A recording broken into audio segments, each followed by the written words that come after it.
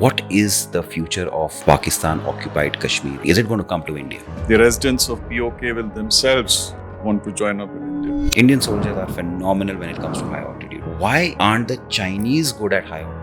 Now, it is a war waged by the army every day. No, it is not against the neighbour, but actually the weather at the LOC. Chinese soldier is a poor quality soldier. He is used to electronics. He's weak. He's not a strong guy. He's been brought up on computers. He's been brought up as a single child, pampered single child. It's a sad as well as victorious story for India. It was the beginning of where the narrative began changing and our perception started changing. The world's perceptions towards India changed. And what we see today Is a result of that. Hours go by and slowly the sound of the Indian Bofors guns become much louder than firing from the other side. What is going to happen in this current situation if the Hindus start pushing harder, saying that we want to be a part of India, we want to come this side? You're Bangladeshi citizens. Residents of POK, you're Indian citizens.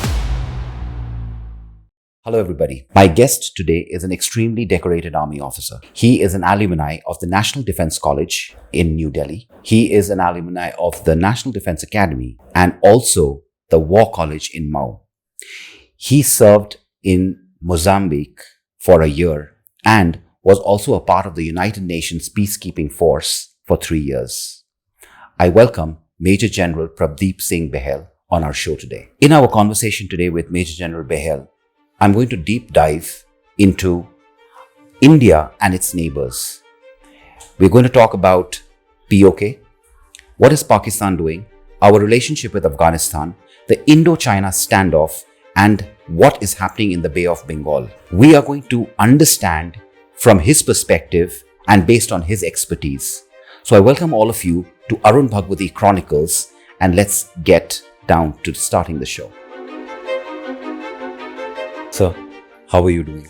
I'm good. I'm so glad to see you, and I'm really honored that you've stepped in for my podcast. I really want to today discuss India and our neighborhood, and I will have certain questions which are going to definitely have long, detailed answers, and I will have some very direct questions which you might have to just give a yes or no answer.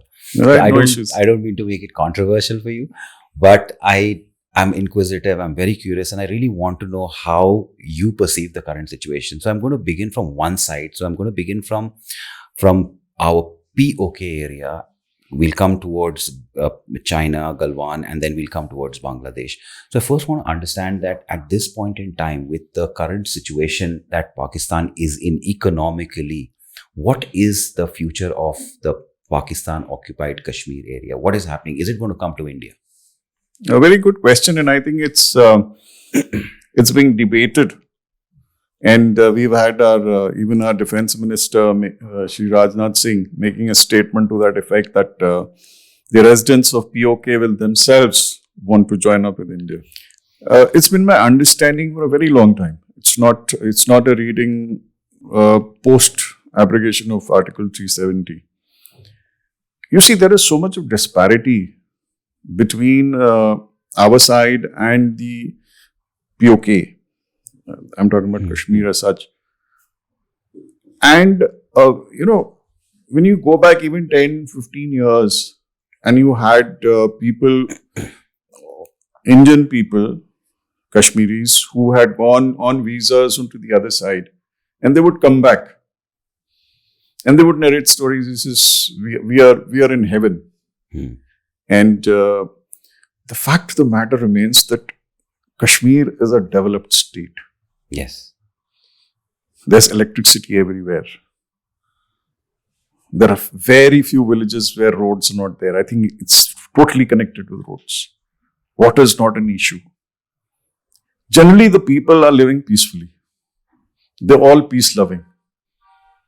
In between, we have had instances where stone throwing, stone pelting, all that, children have been motivated to undertake all those activities. But these have all been triggered and have been motivated and paid for. I'm purposely adding the paid for part of it. And that is how those incidents have taken place. Otherwise, schools were running, people were doing well, and post 370, things have totally changed. Yes. What we were looking for is development. What we were looking for is employment. what we were looking for is zero corruption. That is what has come about. And in any state, why take Kashmir? Any state, if there is development, if there is no corruption, if there is monitoring of strict monitoring of rules and regulations and being followed, that state has to develop. True. Now you look at the other side. Wahan kya ho raha hai? It's underdeveloped. They are not recognized as they're not part of the constitution. It has a different constitution. It has a different electoral mechanism. The president of whatever so-called Azad Kashmir, as they call it. I mean, things are totally different. On one side, there is development. On the other side, there is poverty. On this side, there is recognition. That side, there is no recognition of any citizenship or any grant of citizenship and all that. Nothing has happened. So when you look at it, you look at Balochistan, you look at Gilgit, you look at all these areas.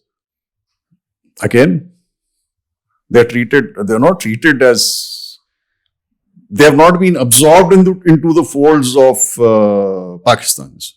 So when they have not been involved, they have not been adopted, they're still treated as second-class citizens. Does that anger them? Is there anger course. inside them? There is comparison. There is anger. There is discrimination. So when all that is there, obviously, I mean, you got on, one sister staying here and one sister staying here. What happens? True. मेरे बच्चे तो school जाते हैं, वहाँ बोलते school ही नहीं है.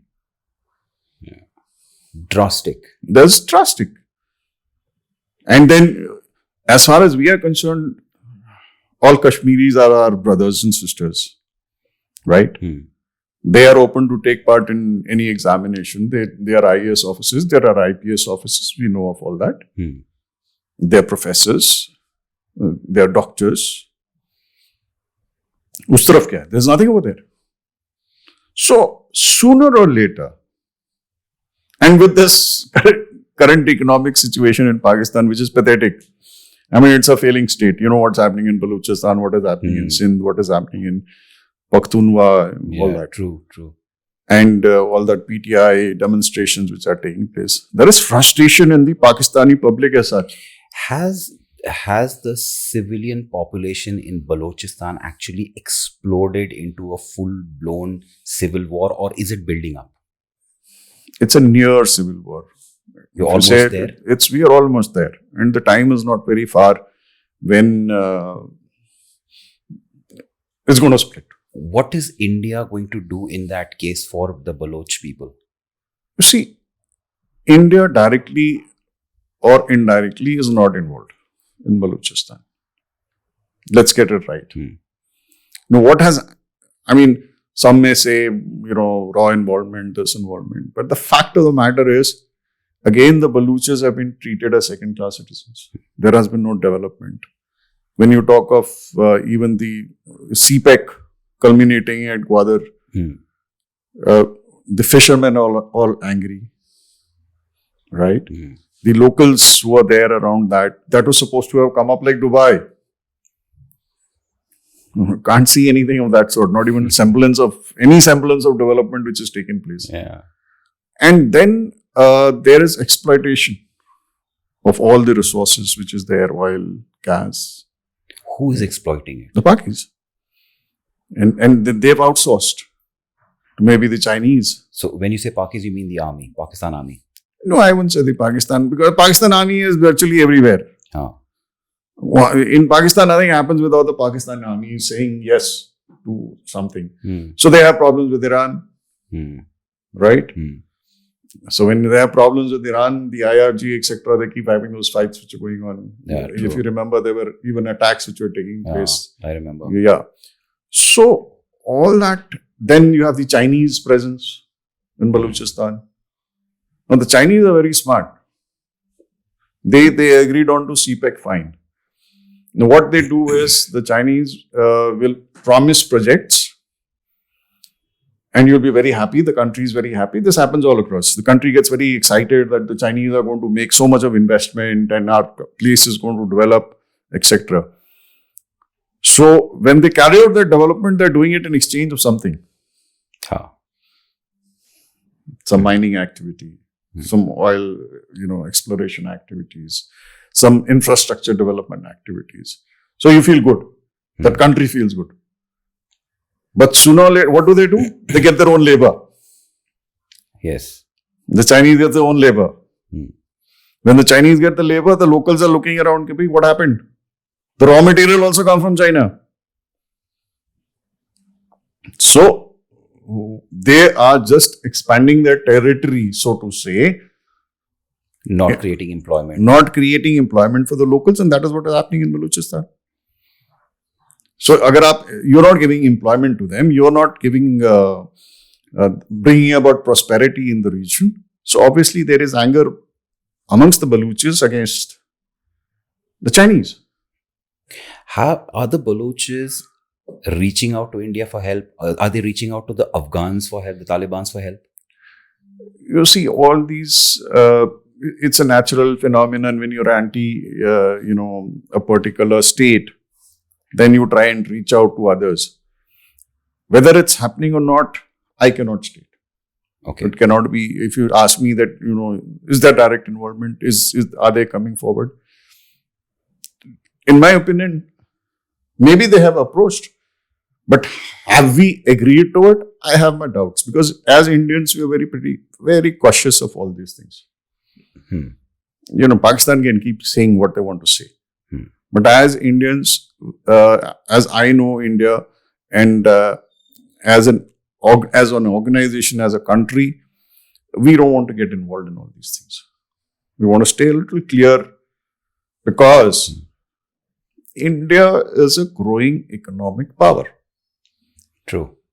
India is a growing, I would say, diplomatic power. We are, after all, the champions of the global south. We don't want to spoil our reputation with these things. True. So I'm going to bring you back to POK again. Yeah. What is the current situation at POK that is going to spark off a conflict between India and Pakistan? Where right now what is happening at POK is a back and forth. We have put our foot down, saying this is ours and we want it. What is the reaction from the other side of the border? Are they backing off?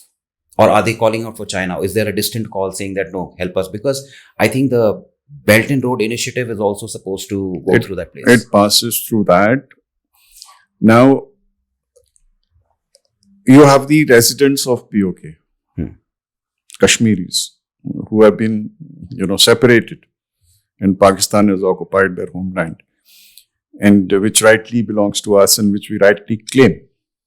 Right? And that's an open declaration in the parliament also, that we will, one fine day, recover that part.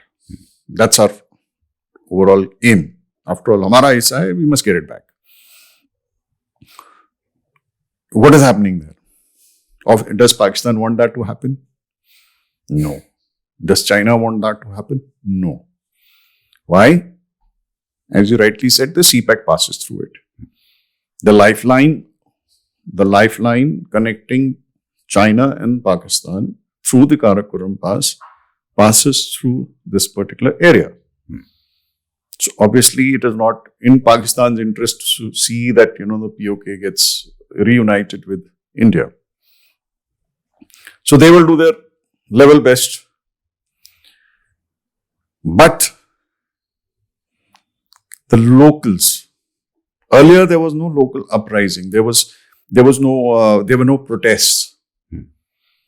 Today, the economic condition has become so bad in Pakistan that these people also, earlier who were like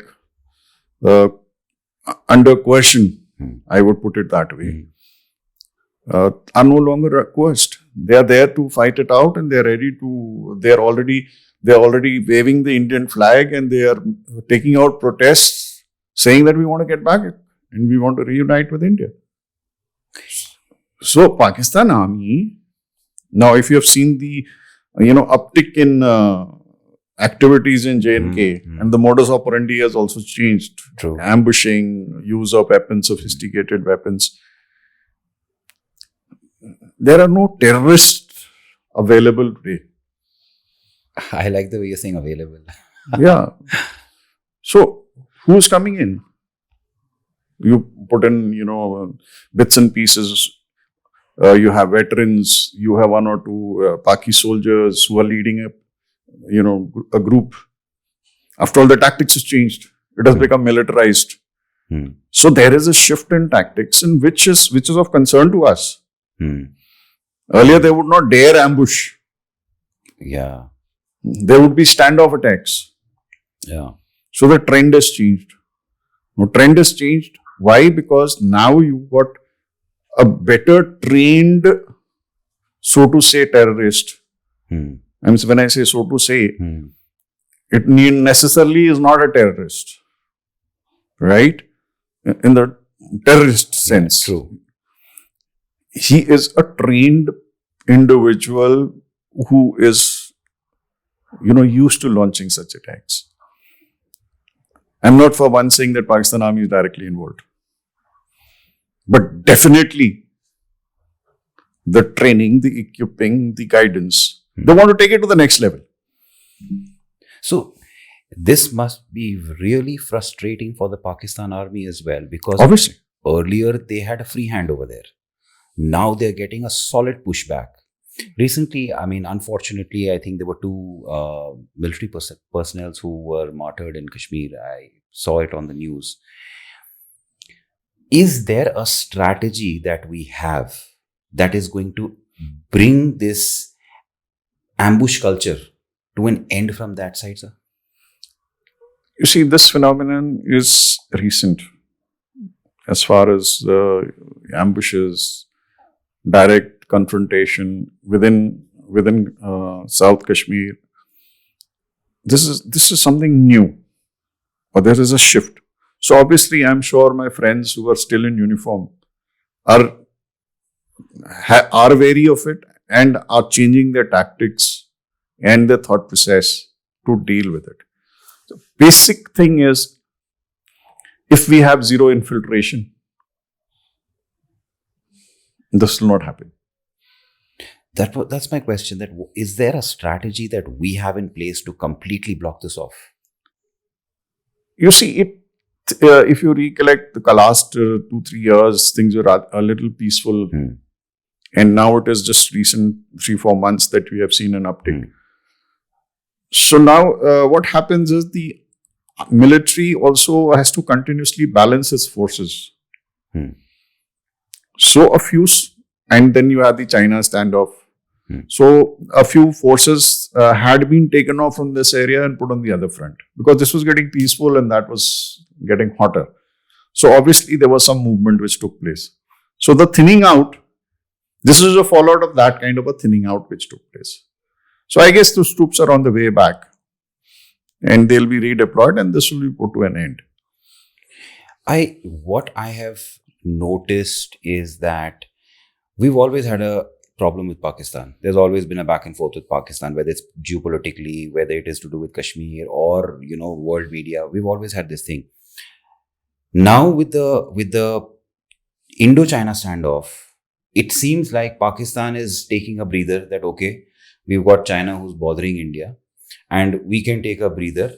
When we see that, India is really going to push back China hard, is when we are again going to make it. So does this mean that at the top of where we are at Kashmir, there are both these forces pushing India, one from the Galwan side and one from POK side, to put that pressure and to open up two ends for a ongoing war or an ongoing, attack? No, let's not talk about a war, not talk about an attack, but definitely building up of pressure. Now we know that they are the best of friends. Iron brothers. True. They call themselves as Iron brothers. And Pakistan is totally a stooge of China. They're totally dependent on China. The amount of aid which is coming in. To the extent that in schools in Pakistan, Chinese is being taught. Lesser known fact. So I didn't know this. Along the CPEC belt, Pakistan schools are teaching Mandarin. Oh, this is news. Right. Number one. Number two, Chinese marrying Pakistani women, opening up shops, restaurants. When you spoke about the marriages happening, the Chinese and the Pakistani, one of the reasons this that there is a lack of female population, marriageable female population in China also, which is causing this to happen, apart from the fact that these guys are creating a new culture? That's not that. Living in China is not easy, right? As an ordinary citizen.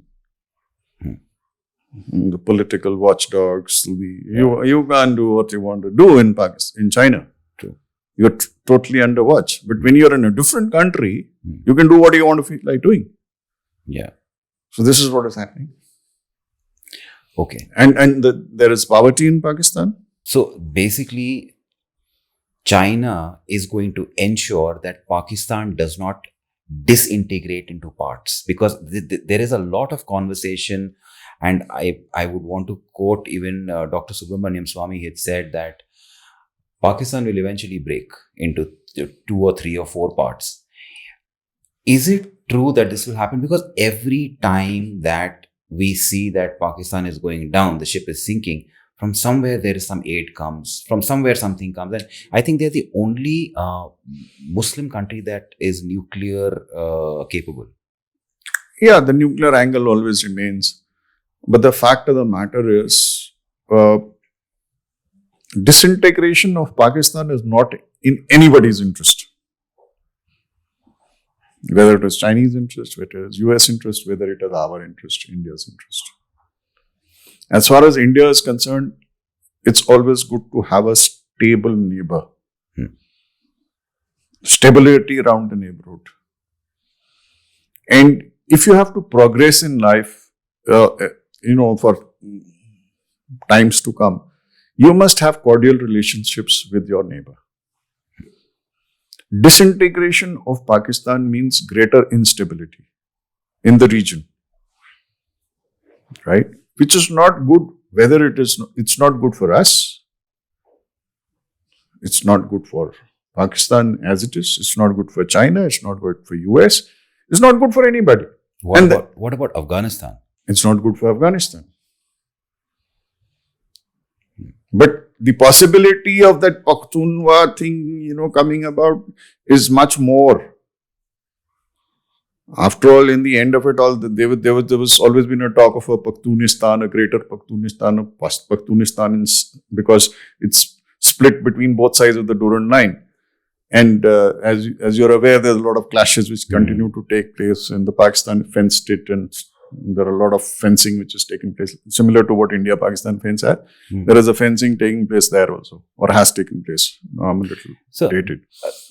Tell me something. Is it better to have a disintegrated, peaceful Pakistan, or a united, conflicting state with India and Pakistan? Because if they're together, it's one country and constantly at war with India. Rather than that, they're disintegrated and peaceful. So which one would you suggest is better? You see, Pakistan reh kitna jayega? You disintegrate Pakistan, what is left of Pakistan?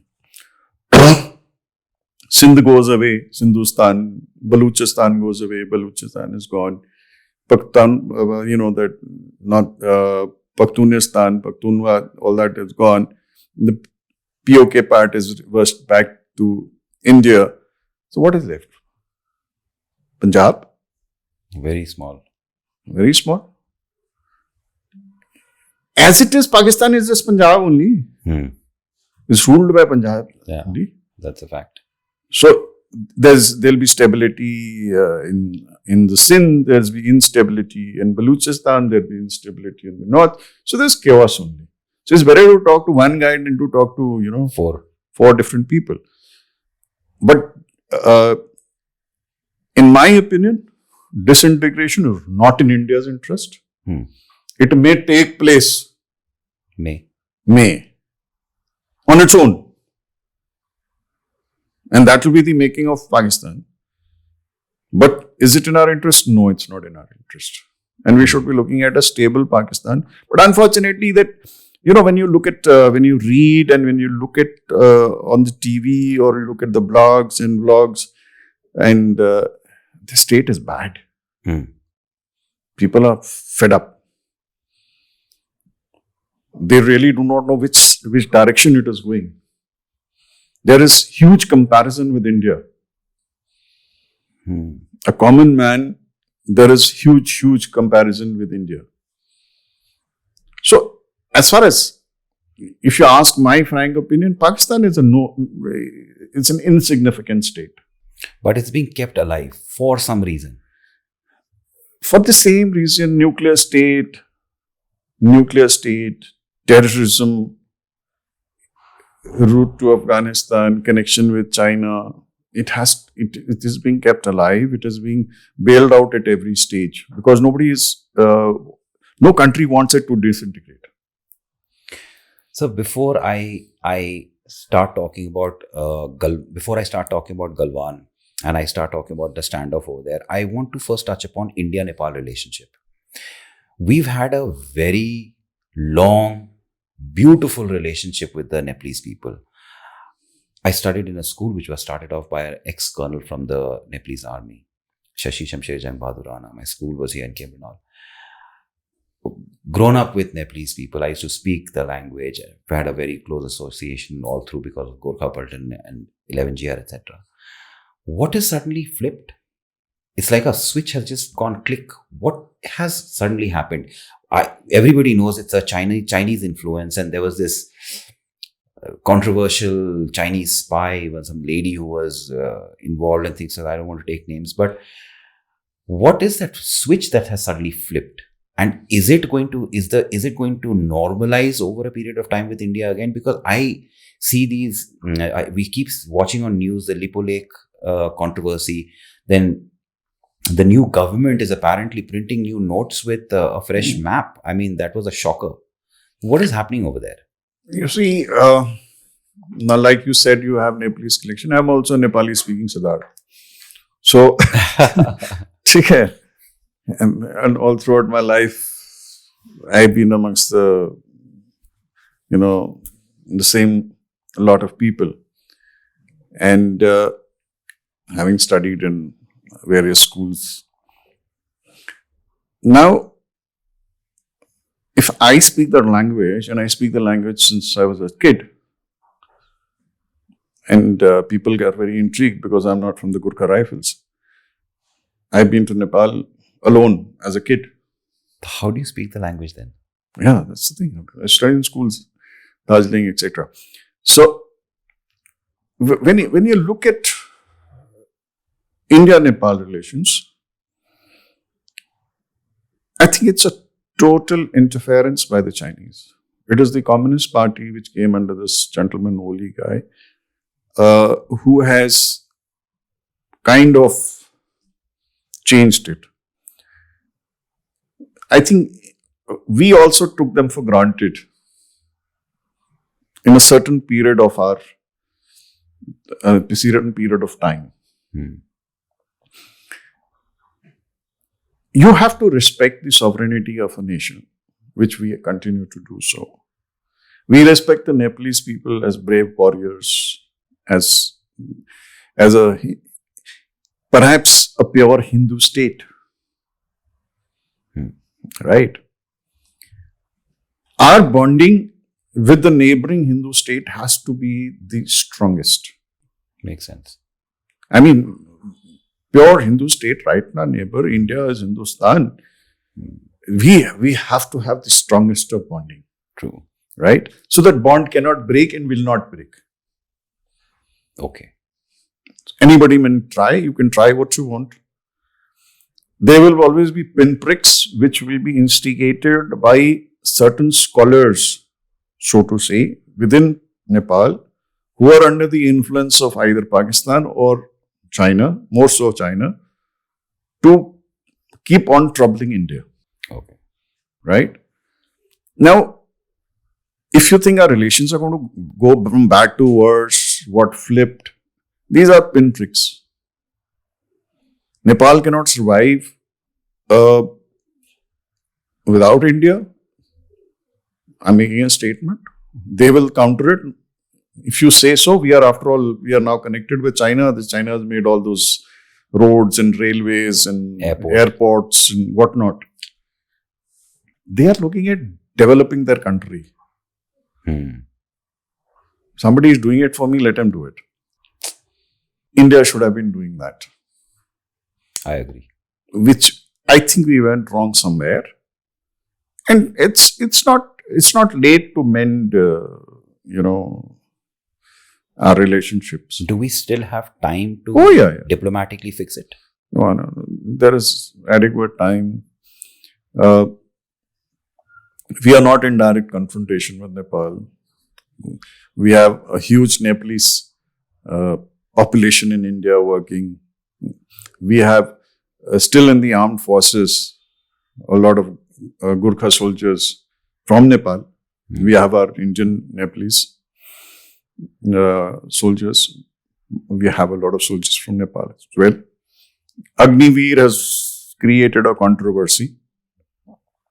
But I think it's all, time is a big healing factor. Okay. So the two things which bind us with Nepal are the Hindu culture. Second is Buddhism. Right? Huge. Third is trade. You can do what you want. You can trade with China, but China coming from far off. Bring in cheap goods. Not only, I'm not talking because they're cost cheap, but they're cheap. Yeah. Right? But here in India, they're free to walk in, shop, go back. And Nepalese people have taste. Yeah. They're cultured people and they have taste for things. Absolutely. For a long time, they will not enjoy the Chinese material. No. So this is, I think, a phase which will die down.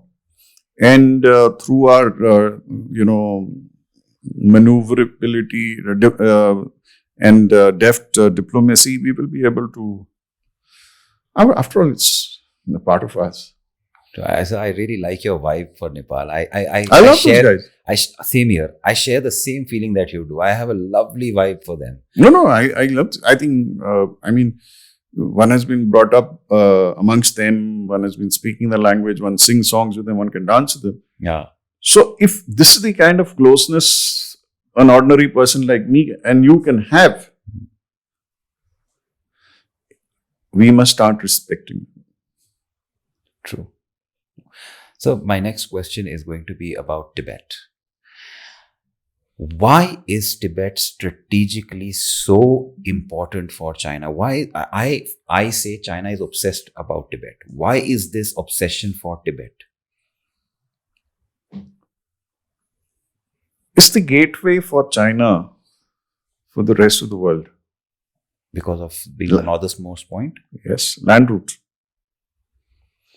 How does it help? I mean, it's all arid, empty. Railways, roads, trade. China, you got to view China as a business entity. Okay. If you got to grow and become a military might, first you must be an economic power. And China has that big thing, the sea route. That's why now they're exploring the northern sea route. That's how they are friendly with Russia, because Russia controls the entire Arctic sea route. So China-Russia relationship is a little difficult there. Huh? It's not that easy because Russia connects. If all the time we say that Russia is dependent on China, I'm so sorry. On the Arctic, that is in the future, China is dependent on Russia. I think Russia had a head start towards in the Arctic. No. China has no direct lane on Arctic. Nothing.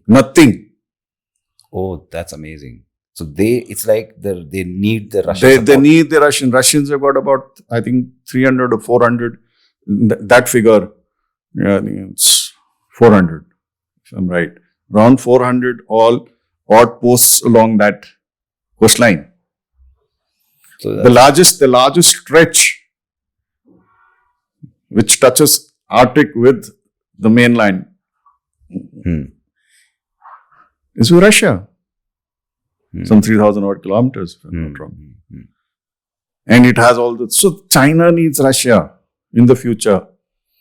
There's Malacca states and all these guys. These are choke points. That's why it talks of CMEC through Myanmar. It talks of CPEC through Pakistan. So when I'm talking Tibet, now we're taking to Tibet. So if you have to travel to Europe, where are you going to go through?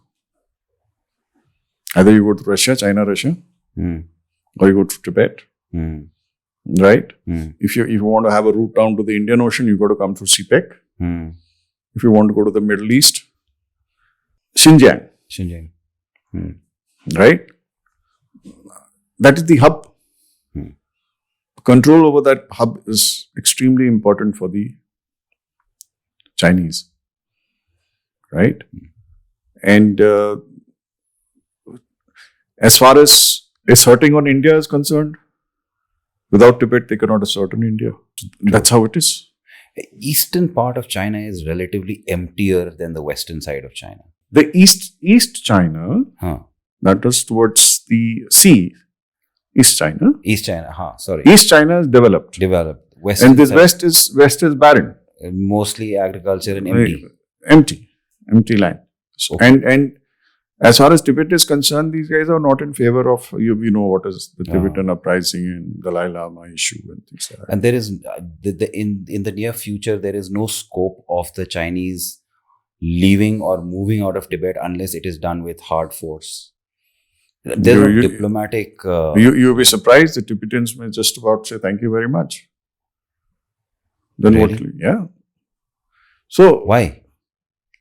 you think they're happy with the Chinese? They're not.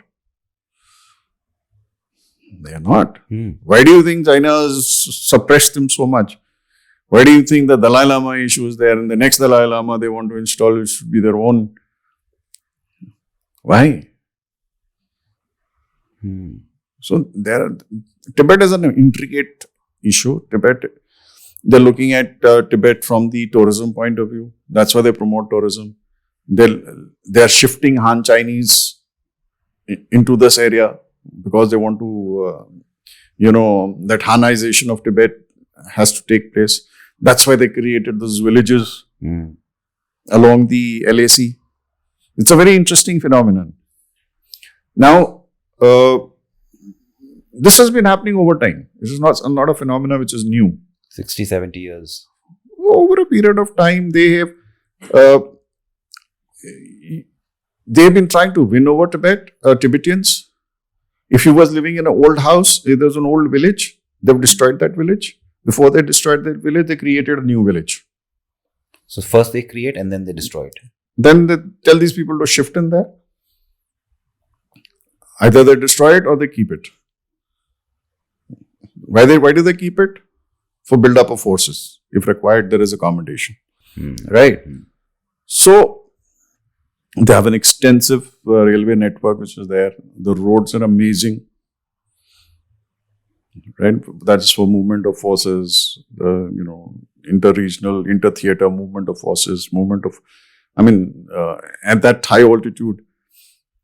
The biggest factor why they have an extensive road network and an extensive rail network is because of high altitude constraints, the aircrafts cannot carry much load. Oh. So that means manpower also will be less there? Manpower is there. They are there. The Eastern Theatre Command, that Northern Theatre Command and all that the Theatre Command is there in place. But you understood. How do you move troops? Yeah. You move troops by air, the quickest means. Yeah. But you can't move because your the load carrying capacity is constrained because of high altitude. So they must have an extensive network of rails, the QTR, railway network. Then they got a railway coming right down to Yatung. They got all that extensive railway. They're linking up with, our eastern Arunachal Pradesh. Then linking up with that. Mekong Valley linking up. Medong linking up with Rima Tatu and all those, north of it. I don't want to get into small tactical details, but they're looking at linking up. The constraint is high altitude. So is that also why, so I'm going to bring it towards Galwan now, is that also why they find it, let me frame the question this way. We always hear that the Indian soldiers, and I know this is a fact, are brilliant when it comes to high altitude. Indian soldiers are phenomenal when it comes to high altitude. Why aren't the Chinese good at high altitude? Why aren't they able to perform the same way? Chinese soldier is a poor quality soldier. I'm making a statement. The Tibetan soldier is a hardy soldier. Tough. The BDR, the border regiments. The Chinese Han soldier is a poor soldier. He is used to electronics. You're saying weak. Is weak. He's not a strong guy. It's nothing to do with it. He's been brought up on computers. He's been brought up on video games. He's been brought up as a single child, pampered single child. Right? He has been forced. They're very good soldiers when it comes to drill and all that. But have you seen those pictures where they poke needles? You can't move your head because if you move your head, they're zombies. They're not tough. Just for show. They're show. So doesn't this alarm the Chinese that they know for a fact that they don't have such tough soldiers for on-ground battle against a country that has been defending itself for close to 1100 years? Doesn't it alarm them? Doesn't it come to their head that... That's why they have... that's why the greater reliability on missile systems, on, what would I say? On electronic warfare and things like that. Now, they bring in soldiers. Their soldiers keep coming in. They come for patrolling. There are patrol clashes. Galwan was also, it was a sad incident where people died. But it's not so that the clashes have not been taking place earlier. Minor clashes have always been there. Yeah. You are patrolling, you see a Chinese patrol coming, you tell him to go back. He tells you to go back. So it depends on the maturity of the young officers on both sides. If they both respect the CBMs, that is confidence building measures, and the mechanism laid out, if they respect that, then there is peace. But at times that youngster gets charged up and he tells them to go back. He doesn't go back. And has it been happening more often in the last 10, 15 years that the Chinese have become more aggressive in Galwan and towards that side? They have been. Why sudden aggression? So we know that since the 60s, 50s, this has been happening. But suddenly, why in the last 15, 20 years, they become so aggressive? India has become aggressive too. India is a rising power too. India was not so rising. So out of fear? Today it is out of fear. Today it is out of economic fallout. That the Chinese are also wanting to show us down. So it's trying to sort of that fear. There is a big fear as far as Tibet is concerned in the minds of these guys is concerned. They have created that Aksai Chin. I now forget the names now. It's there in the open source. They have created a model of Aksai Chin in one of the areas in which they practice defense maneuvers. A complete replica. Yes, sir. Oh. It's there in this thing. If you search, you will find. मुझे नाम याद नहीं आ रहा. So they have areas. Aksai Chin created Aksai Chin miniature in which they actually practice defensive maneuvers. These simulations have been created by the Chinese out of fear. Yes, sir. Defensive. I'm not saying offensive. I'm saying defensive. This is big. So these things are there open. If you Google, you'll find. Mm-hmm. Right? I don't remember the names. Yeah. But that's out of fear. Defensive maneuvers are practiced. So we have very seasoned. We have a very seasoned military. Our military has seen hundreds of years of war. We've never attacked any country. Why is it that our neighbors have constantly been wanting to destabilize us? So I'm talking only about the, let's say, last 100 years. Before that, I mean, we know the history, we know the story, but in the last 100 years, after the world has been pretty much reshaped after the Second World War, why again why has this tension built up? Again, it's all economics. Post-Cold War? Ever since our independence, we have only grown. We may not have had that pace initial years, and suddenly we last 10 odd years we have picked up, because with the present dispensation, the focus has been brought right, if I may just put it. Right? So, over the years, we have been growing. Over the years, Indians have started getting respected. Why have we been respected? We never took sides. We've always exercised, non-aligned movement. Nowadays, we talk strategic autonomy. And rightly so. The External Affairs Minister the other day I also saw it on a reel, in which he very clearly states, you can't force India to choose sides. We are 1/5 of the world population. We're the 5th largest economy in the world. So don't tell us that you are either here or there. So the respect has built up over a period of time. Coming now to the neighbours. When you are a big country, when all these neighbours were actually a part of you, Akhand Bharat. Were actually a part of you,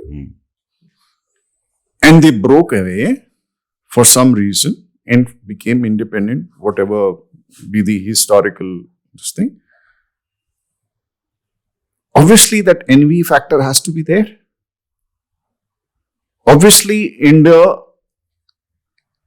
will treat them as younger brothers and sisters.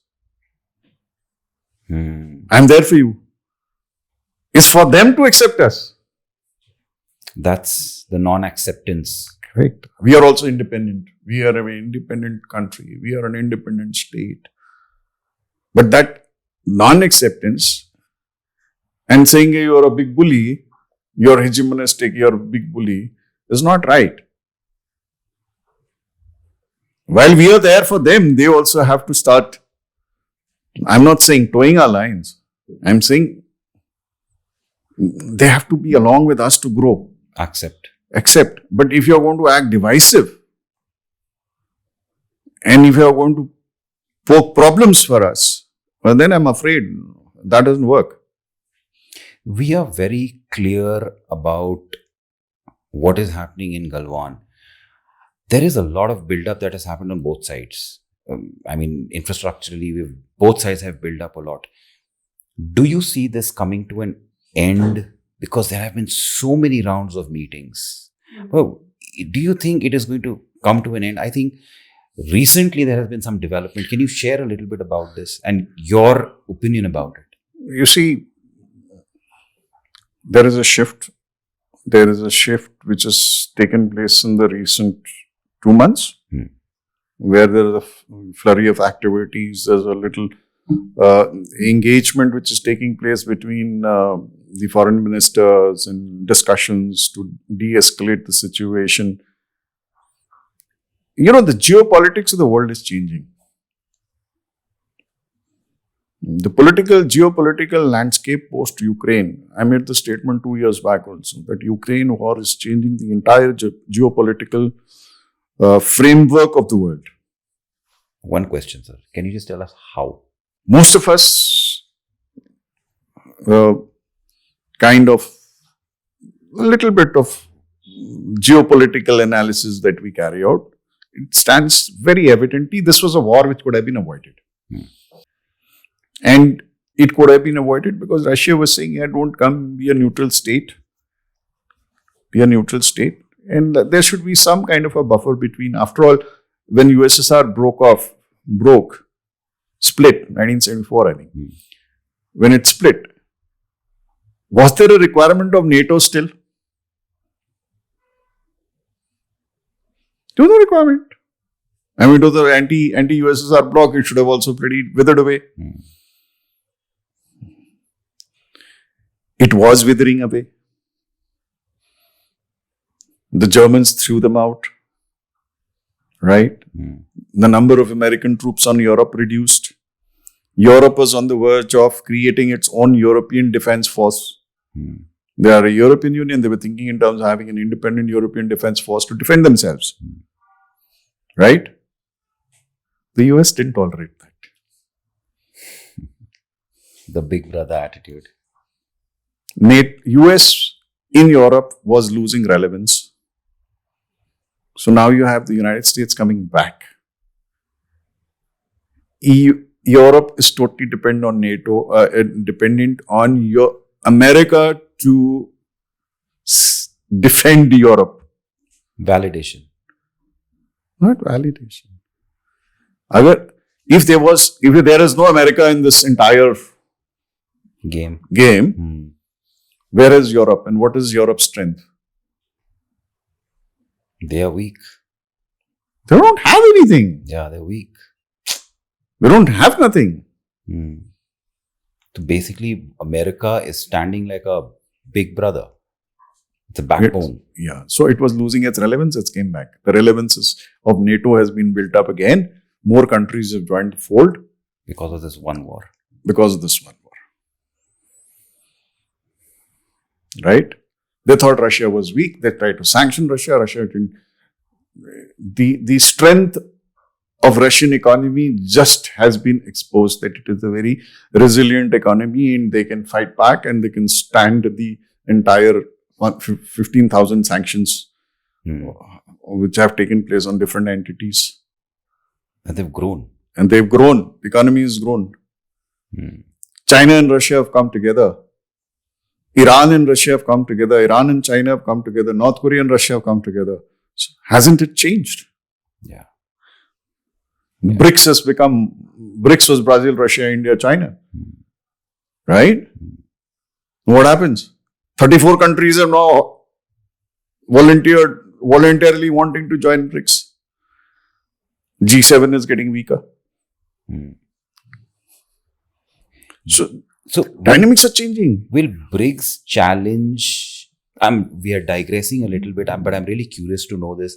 Will BRICS challenge the United Nations and the NATO in the near future? Let's not talk United Nations, because United Nations unfortunately has not been able to play any part. Except for making statements, passing a resolution here and there, which half the world has not accepted. So, UN unfortunately has not proven itself. I'm a UN guy, 4 years in the UN, right? It's sad, but no, they've not been able to do what they could have done.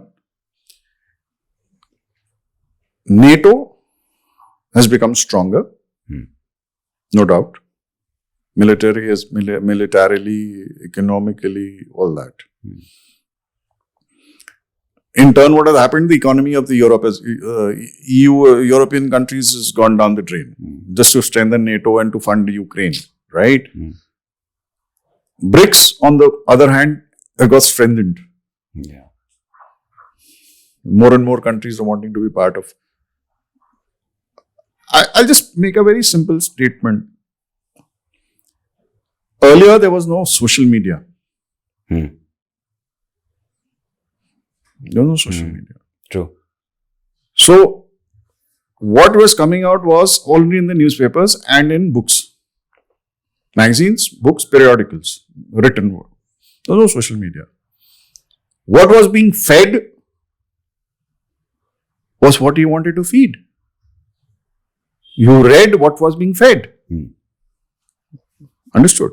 And you formed your opinions. And I'm talking about governments also.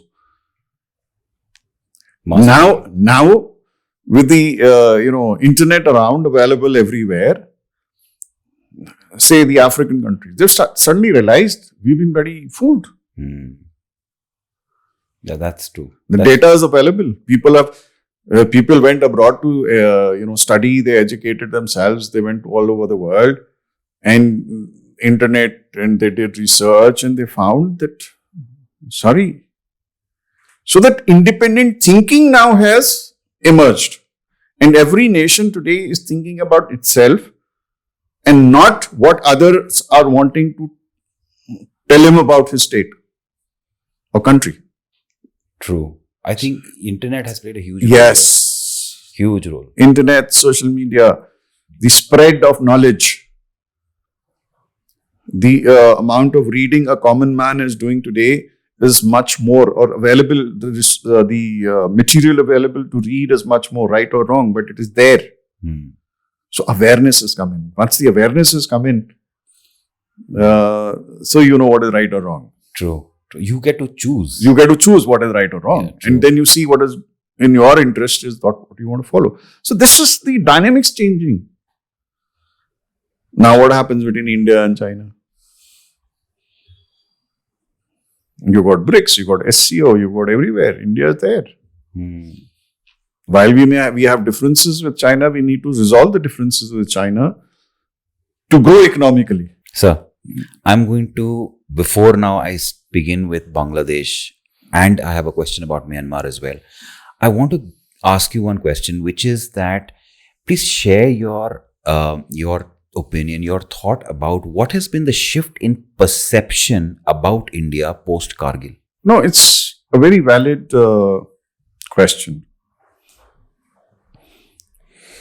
Pre-Kargil, what was the impression about India? And post-Kargil, how it changed is what we're looking at, right? Till such time Kargil happened, the world was in favor of Pakistan. The world was supporting Pakistan's view that a large amount of atrocities are being carried out in Kashmir. It is India which is holding on to Kashmir with force and all that. I mean, that is the general impression in the world. Kargil happened. Very well executed by the Pakistanis and brilliantly defeated by the Indian army. Countered and defeated. You got to give credit to all the sacrifices that our young officers and men made. If you go to each account, each was a very, very heroic account, and the sacrifices cannot be, just ignored. But what we did as India is important. Pakistan army kept denying that they were not involved, and these were all militants who had come in, these were all terrorists who had come in, and these are all Kashmiris who wanted to liberate and all that. I think the best thing that we did was exposing the lies of Pakistan at that particular time. if you were around at that time, because I was dealing Kargil with my desk. I saw it from day one to the last day and was very much involved on a daily basis. Daily ka hourly, minute, every minute. I mean, it was my desk. I used to sleep there in Delhi, in the MO Directorate. But what I saw was the way we played out our media, the world media. We had got, insignias, identity cards, uniforms of captured or killed soldiers from letters, diaries, and we showed it to the foreign media, we showed it to bureaucrats, foreign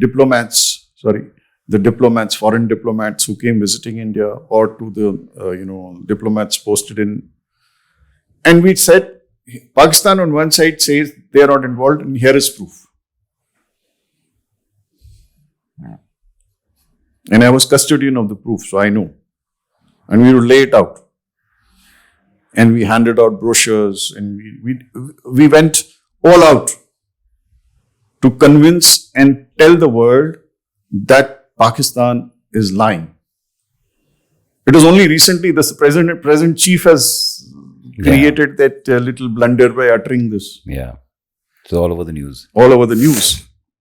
But we had exposed this lie in a beautiful manner. The entire stuff used to be laid out.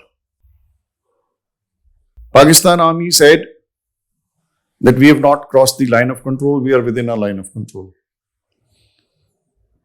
We got hold of original Shimla Agreement maps.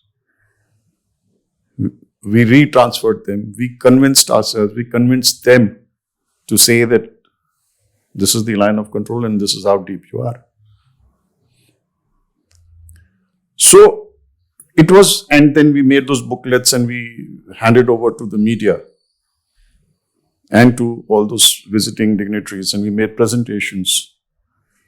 So at that particular time, the world got convinced that what Pakistan has been saying all this while is a lie. And that changed the entire opinion with regards to India. That was the starting point, a shift in the narrative of accepting India as a genuine, reliable democracy which is principle-based. So that was the beginning of the change of the narrative.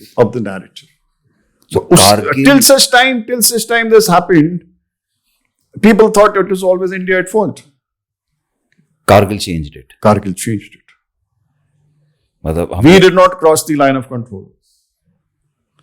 We sorted them out within our territory. We did not bomb across the line of control. The aircrafts never flew. Of course, we had a few casualties straight across. Right? We did not go to war with Pakistan, though the army wanted to. If you know it, it's come out in the media again. Yeah. Plans were ready, everything was ready, but the army said, yes, if you say go, we'll go. But we did not. So that is where diplomacy comes in. That is where restraint comes in. That's where maturity comes in. And that is precisely what happened. And we won over the world. So Kargil, while it is a story of it's a sad as well as a victorious story for India. It was the beginning of where the narrative began changing and our perception started changing. The world's perceptions towards India changed. And what we see today is a result of that. Oh, that's beautiful. So I'm now going to come to this side of the map. What I'm going to ask you very straight up. What is happening in Bangladesh? क्या चल रहा है बांग्लादेश में?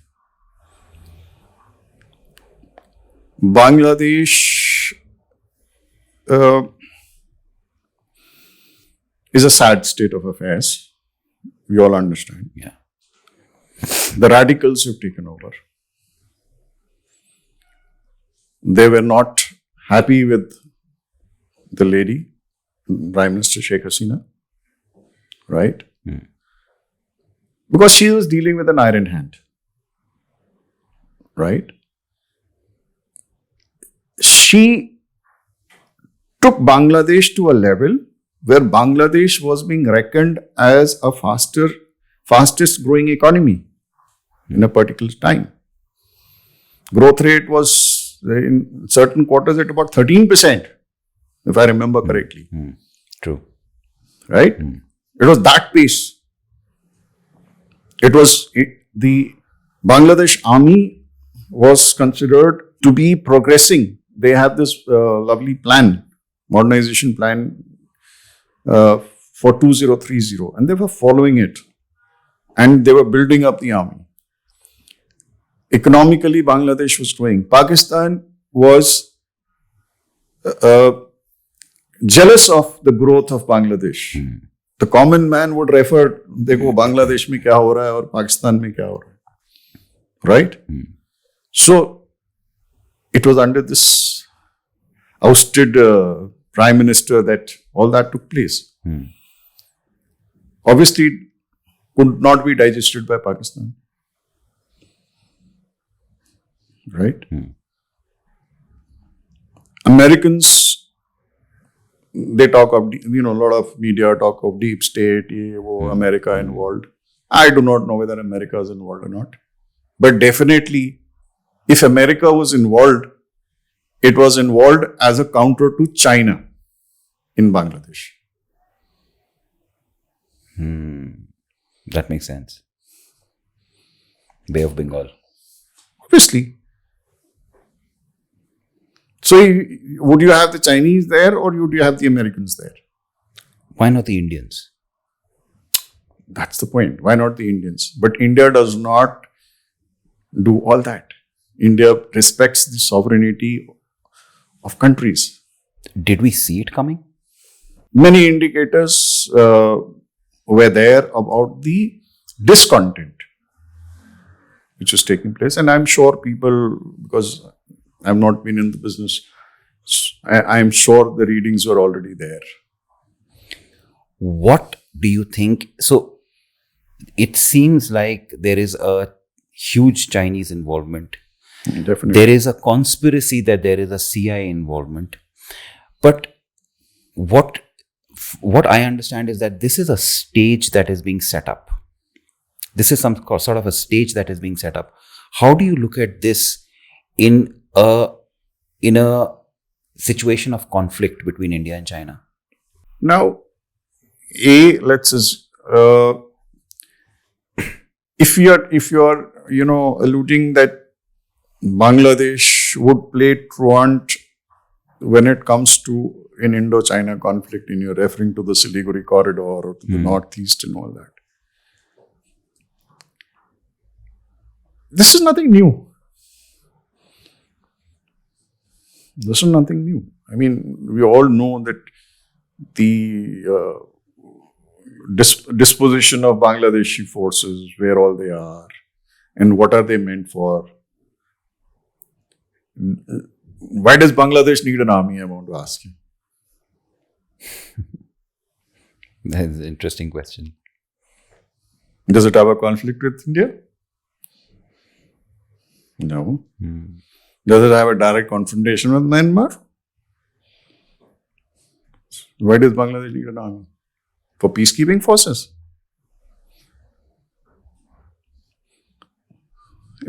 Plain and simple. So all these things, I'm just putting it bluntly. If I were Bangladesh, and if I were a genuine Bangladesh, not being motivated by ulterior motives, I would purely focus on growth. I would focus on being an economic power. I would focus on developing the Indian Ocean region. I would focus on being a neutral country. Right? I would I would be focused on removing poverty. I would be focused on encashing the garment textile industry. Who's working in this textile industry? The Chinese workers are working in the textile industry. Yeah. Why not the Bangladeshis? True. So there is discontent there also. But they let it happen. And Bangladesh has a very strong student union culture. That's there in the northeast. Bangladesh, you go to North Bengal, you go to West Bengal. That culture is there. Student unions. Assam, very strong. Very strong. Because that's their culture, that's their nature. Intellect moves from there basically. Moves from there. So there are people who think, but today it has been diverted. I would say it's become more of a religious fanaticism which is spreading out. The hatred towards Hindus. Come on, coexist, man. So on this, I'm going to ask you something.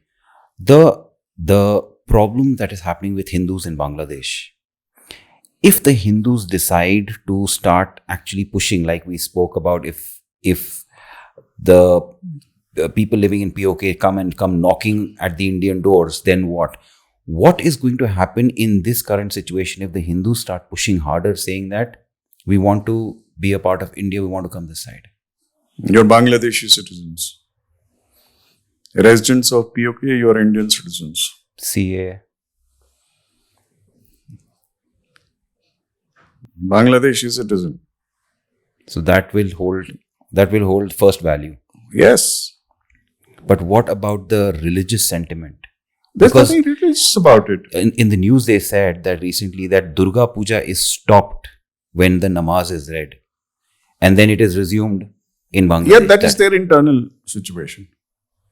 Okay. So what we have to do is try and convince the Bangladeshi government to ensure such things don't happen. Do we have that kind of a diplomatic channel? At the moment, no. Right at our neighborhood, there's such chaos happening. We don't at the moment, I'm sure it doesn't. Of course, we would have written to them, we would have spoken to them. And tomorrow or day after, whenever that UNGA takes place, this point of plight of Hindus will be raised again. But the fact of the matter is that's an internal problem of Bangladesh. ऐसे तो फिर then whatever happens, no, we cannot start something what the Arab countries are looking at, the Palestine movement. Yeah. Deep involvement. We have to ensure that situation doesn't arise. So we've already put our hand into it by bringing Sheikh Hasina this side. No. वो तो हमारा FOC गया था ना उनको लेने के लिए. That was a friendly, neighborly gesture that a prime minister was taken out of trouble. Okay, that is a diplomatic necessity at that particular time. You couldn't have said, "Okay, prime minister of the country, you rot there, you get killed." That's a different story. You imagine all the Hindus of Bangladesh come into India. As it is, there's less refugees, illegal migrants in India from Bangladesh. Assam and Bengal are full. So, you got to keep your sentiments aside in this part. Yes, we respect religious sentiments. We respect that is for that country to take care of. Right? Will we intervene directly, indirectly? I do not think so. That will be a wise decision. Bangladesh has become or is becoming a naval hotspot for China. What the heck? Or it's been there for a while. We have the intelligence, we have the knowledge of it. It is, I think, out in the open. But have we taken enough preventive measures to ensure that, we are taking care of our side of the territory? Because Bangladesh is right here. All that is factored in. We are aware. Precautionary measures, aware. What is happening, we are aware. We're pretty good. Trust me, Indian intelligence, Indian government, Indian diplomacy, Indian military is rather good. Very good, sir. Yeah. And we play our cards well. So it is best left, for us to discuss like this is not going to make much material difference. Because these discussions would be taking place behind closed doors. The concerns that you are raising are concerns which are being addressed. And they will be addressed in the manner which is best, in the best interest of the country. Right? Now, it's easy for me to say, let the Hindus stay there. They are Bangladeshi. We are not looking at religious dispensation. We are looking at citizenship. Yeah. So, comparison between POK and Bangladesh, no. What, POK mein we have our seats in the parliament reserved for the POK, yaar. Yeah. They are our citizens. They are Indians. Under forcible occupation by Pakistan. Right? Yeah. So, we should, wait for the dust to settle down. I think things will mature out. Because Bangladesh itself will realize, and I'm sure it is already realizing, that without India, Bangladesh is nothing. So, Sheikh Hasina's political career officially has ended. Is that how we are looking at it now? You never know. Is that a diplomatic answer, or no? You never know. 10 years, you never know. Because where it stands, it seems like her political career. You may just see a switch. You may just switch. Right? Today they may be crying out hoarse. We want, Pakistan to be our best friend. They're after all nuclear. They will defend us. They're speaking the Paki language. Yeah. Right? Will they be able to survive this question? True. My last question to you, sir. And this question, I want you to, give us all the, juice that you can. Like, what do you see happening in the next 5 years, 24 to 29, in this side of the world? Because we have emerged, this side of the world has become extremely prominent in many, many ways, militarily, in terms of trade, commerce, and a lot of other things. What is going to happen between 24 to 29 with India-China, with respect to India-China, with respect to India-Russia, BRICS? What is the next 5 years going to look like for to the entire world? What can they expect? India will further grow.